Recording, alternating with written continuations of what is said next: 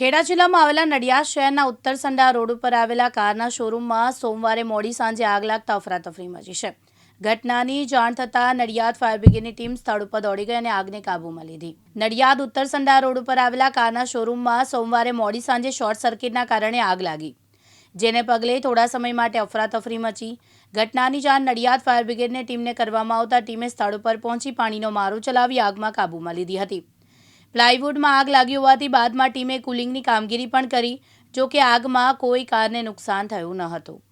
મારો Nadiad fire બ્રિગેડમાં fireman તરીકે ફરજ બજાવું છું। અમારે કંટ્રોલ રૂમમાં સંજયભાઈ પાંડેનો ફોન આવ્યો હતો, જે અહીંના સિક્યોરિટીના માલિક છે। એમણે મને ફોન કર્યો કે ડીમાર્ટની સામે એનકે હોન્ડાનું શોરૂમ છે, એની અંદર આગ લાગી છે।